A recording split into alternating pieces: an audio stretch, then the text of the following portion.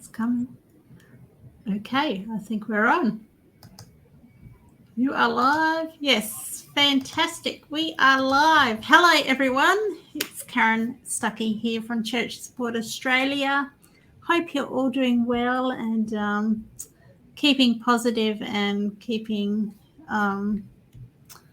your friends accountable and helping and looking after each other during these tough times. I have got with me today Sophie Renton from McCrindle. Welcome, Sophie. Thank you so much for having me, Karen. Hello. We are so glad that you're here today because we're going to talk on a great topic which I'd love to talk about. But first off, can you tell us a bit about yourself and what your role is at McCrindle and what McCrindle does? Yeah, sure. I would love to. So I have the great privilege of working at an organisation called McCrindle, where we really work to take the pulse of the nation, to understand the trends that impact Australians' lives, and to equip organisations and individuals with the bigger picture and the contextual picture to help them understand what's going on in society so that they can make informed, evidence-based decisions. My role at McCrindle is Managing Director, so I have the fantastic privilege of leading the team, working on research and doing consulting and boardroom workshops. So it's a whole range of different things that we offer, and it's a great fun and a great team that we get to work with. That sounds exciting. What we're going to talk about today is the spiritual climate and the change that's been happening across Australia. I've working with churches myself in different denominations all across Australia. I have noticed in the last, or especially during COVID or when COVID started, is a great shifting of churches and ministers and members. So there have been churches in a whole themselves that have swapped denominations. There have been pastors who have left one denomination and gone with another denomination. But there's also a whole heap of members who have been rethinking their faith and their spirituality over the last couple of years. And there's even been a multitude of home churches that have started out of this. And it's been interesting to watch. This research you've done is going to go really into more depth about what people are thinking and why this is happening. So from your research, you've only done that recently, haven't you? Yes, we released it in October, I believe. Yeah. Yep, late October. So what demographic groups helped you with the research that you done during this time? Yeah, so we really believe in capturing the voice of Australians overall. So this study is largely informed by a nationally representative sample, which means that we have taken 50% male, 50% female. We've given a split across the age group so that they are representative, so that we've got the voice of the young people are heard as well as the voice of our older Australians. And then we've also done it through state representation. So if 32% of Australia's population are from New South Wales, then 32% of our sample is also from New South Wales, so that we can confidently say that this is the voice of Australians. Now, throughout the report, there are a couple of other different surveys that have been referenced that have a different demographic. So there's one that has a regular churchgoers, but that is referenced throughout the report. So you'll be very aware if the sample shifts of who we're talking about. And the report we're talking about today is this one here, which I printed off, Australia's Changing Spiritual Climate. And I actually had a group here on Sunday night. And we'll go through it and through the facts and figures and finding them really interesting. So you'll be able to download this report. We'll put the link in at the end of the session and, grab a copy yourself. And it's a great conversation starter amongst your church team. So we're going to find out, Sophie, how has the church been impacted by over the COVID session, what has been the most impact to the churches?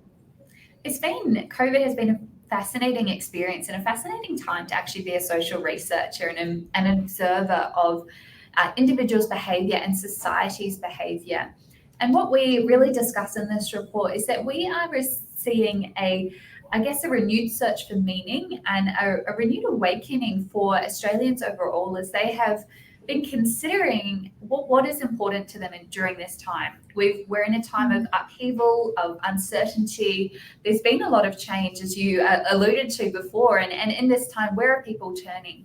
And what we found in this study or in this report was fascinating, that during COVID-19, Australians are actually spending more time thinking about the meaning of life. 47% of Australians, so that's nearly 1 in 2, have thought about the meaning of life more during this time. 47% have thought about their own mortality more during this time. A third have thought about God more, and 28% have prayed more during this experience of COVID-19. So we are seeing a renewed spiritual search among Australians in this time of uncertainty. Wow, that's good for the churches. Definitely. So we need to. So how can the church impact their community and get out and reach these people who are searching for these to answer these questions, I suppose? Yeah, it's a great question. And the church is really uniquely positioned at this time to respond and to be a place and a gathering point in the local community for people to come and explore their faith. In a study that we've conducted recently, we have really been tracking this return to local, with people prioritizing a local community more, a walkable community more, and being known and seen by those that are around them. For so many of us who have been in lockdown, there have been times where we have not been able to go more than 5 kilometres from our homes. And so there you can understand this sense of finding community in the people around us. And as churches, they're so uniquely positioned because there are churches in our local communities everywhere. If we think about how towns used to be established, there was often the local church, maybe the post office, but the church was very present. And so the church has an opportunity with their positioning in their very local communities to continue to create a space of connection and belonging, and a safe space for people to explore some of these deeper spiritual truths, where they can take the time to dig deep, ask questions, and understand. Do you think people are also concerned not only for their spiritual self, but for each other as well?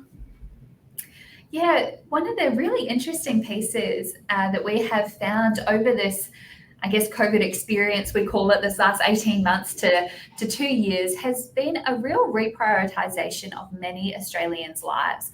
And we found that for 79% of Australians, the experience of COVID-19 has helped them prioritize the relationships that they want to invest their time in. And for another 4 in 5, it has actually strengthened their household relationships. So while people are going on their individual search for meaning, they are also, reinvesting into the relationships around them and really prioritizing those that are important to them.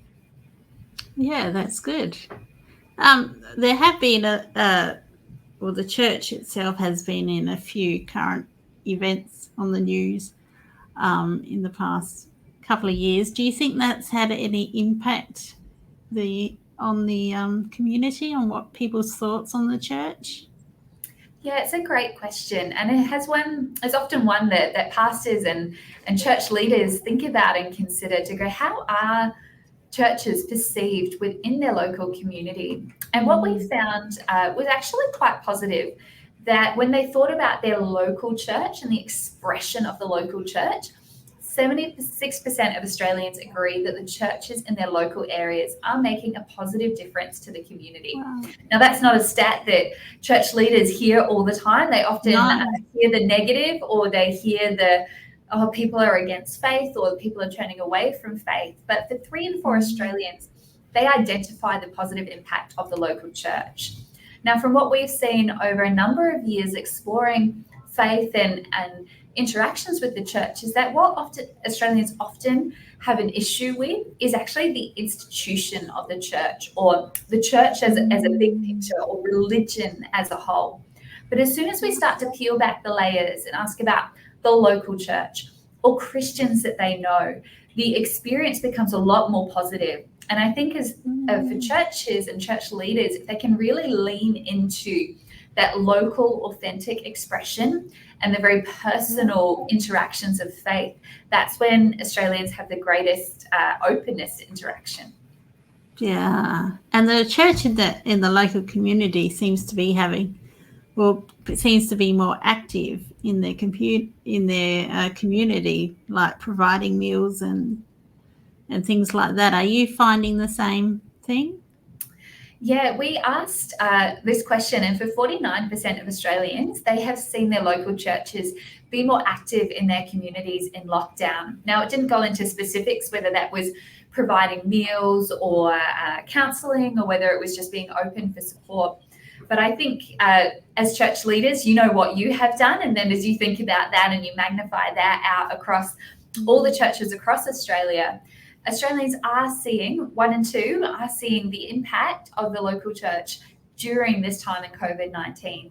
And we did a study actually last year on the future of the church, and we interviewed a number of church leaders and asked them questions around, how is COVID going to impact the church long term, and what opportunities are there? And I remember one quote that came out that they said, the church of old used to run to the challenge, and that's what gave them credibility and a platform to speak. And we have this opportunity again with COVID-19 to run to the challenge, to look after those that need support and need assistance, and that gives us that platform and that credibility to speak into society again. That's so true. Do you see one denomination really standing out in this? Not so much denominations. I think it's if people have, probably speaking anecdotally, it's if people have a desire and a heart, and that's a key focus of their church to speak out and to serve those around them. So it's not necessarily denominational based. I think it's probably more influenced by leadership and the vision that they can cast and the amount of people that they can rally on board to that. But it is one of the, desires of churches is to make a positive impact, not just spiritually, but practically in their local community as well. Yeah, that's very true. Are you finding out how people are learning about God at all in your research? So there's people have been reading the Bible more, they've been praying more. We've been asked this question around whether young people are exploring more of their faith online.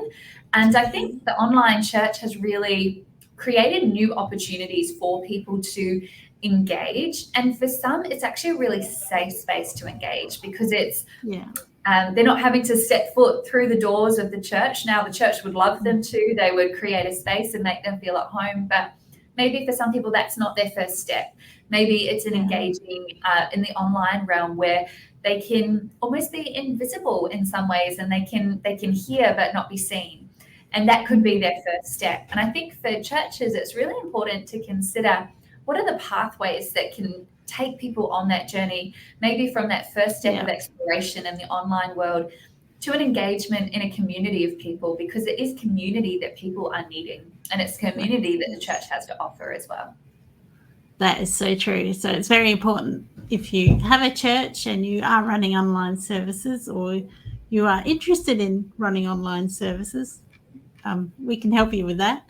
But get those online services happening, and not just happening, but someone there to communicate and connect with those who are viewing and watching your services. I love those facts, Sophie. That's really good.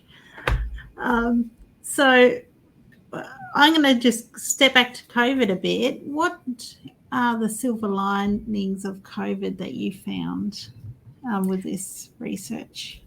Yeah, I think one of my favorite ones personally has really been the reprioritization of people's lives, and to look at at what matters to them. And for so many, that has been family and relationship.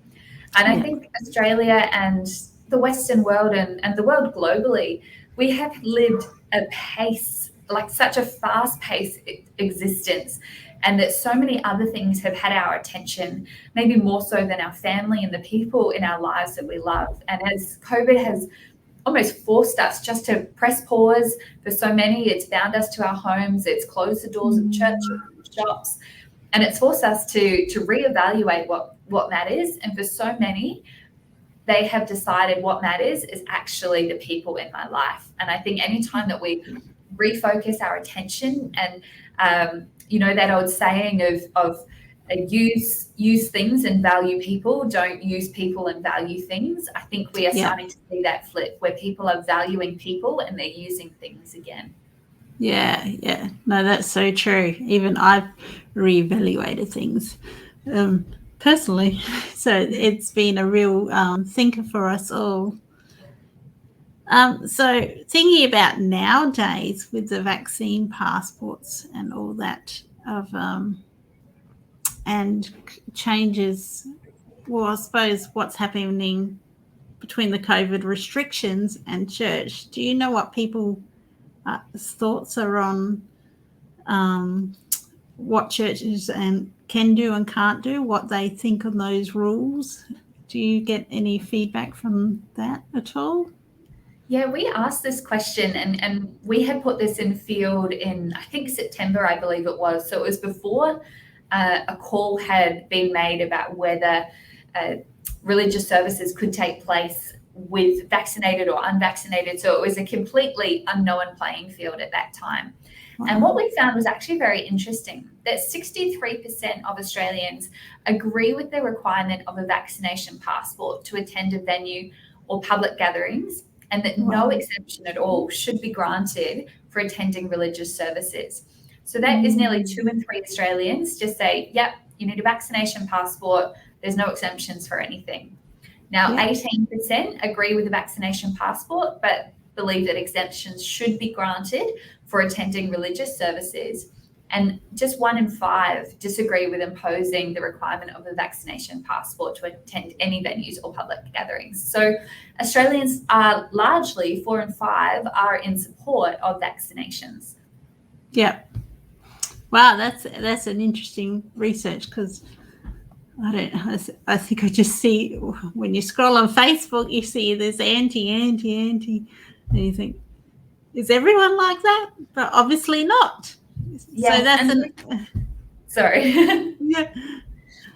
Yeah, that's what we often talk about, the power of research, is that it gives voice to the voiceless, or gives voice to the silent majority. Because in our world of social media and the fast-paced news, so much gets amplified from just one little voice in society. And so that's the power of research, is it still gives voice to those that have that voice, but doesn't amplify it above what is often largely the majority that are quite happy with the status quo and happy to go along with it.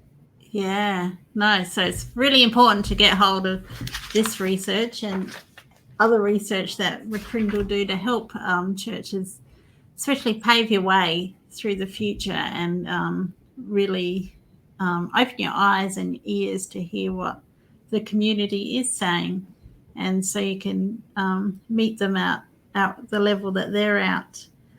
So what conclusion, Sophie, did you come to from all this research? And it's really good research as well. You've done a great job, you and Mark. Oh, thank you very much. It's actually such a great privilege to just even be here today and discussing the findings. So thank you for that. But what I have found or taken away is just the opportunity that we have to have conversations with people. As we've said, the reprioritization, the openness, as things change in people's lives, there can actually be a greater openness to change in other areas, or there's a willingness to see things from a different perspective. And I think what I take away from this is just to prioritize the things that matter most, which is people, families, and communities, and to be encouraged that the community is looking at that, and they're looking at how they can foster and create meaningful places of community. And I think the church is just beautifully positioned to create a space for people to find that community, to explore their questions of faith as well, and to see what a alive and full relationship and life with God looks like. So I would just encourage church leaders and pastors to keep going. The tide is not all against you, and you have a unique position in this moment and in this season to really almost get back to the roots of what church is, a community of people that love God and love people. I love that. Oh, that's so fantastic, Sophie. It's a great honour to actually interview you and glean this wisdom from you today. So thank you so much. Pleasure.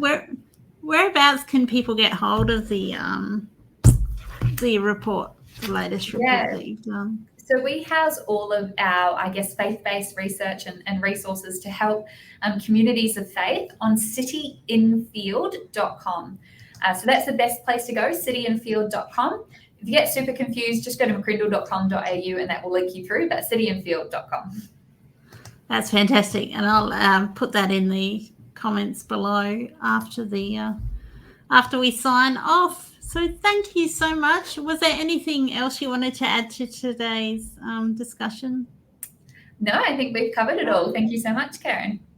Thank you, Sophie, and thanks to everyone for watching. And if you've got questions, get in touch with McCrindle. They've got a Facebook page, and I'll put all that information in the comments as well. Thanks, Sophie, and thank you, everyone.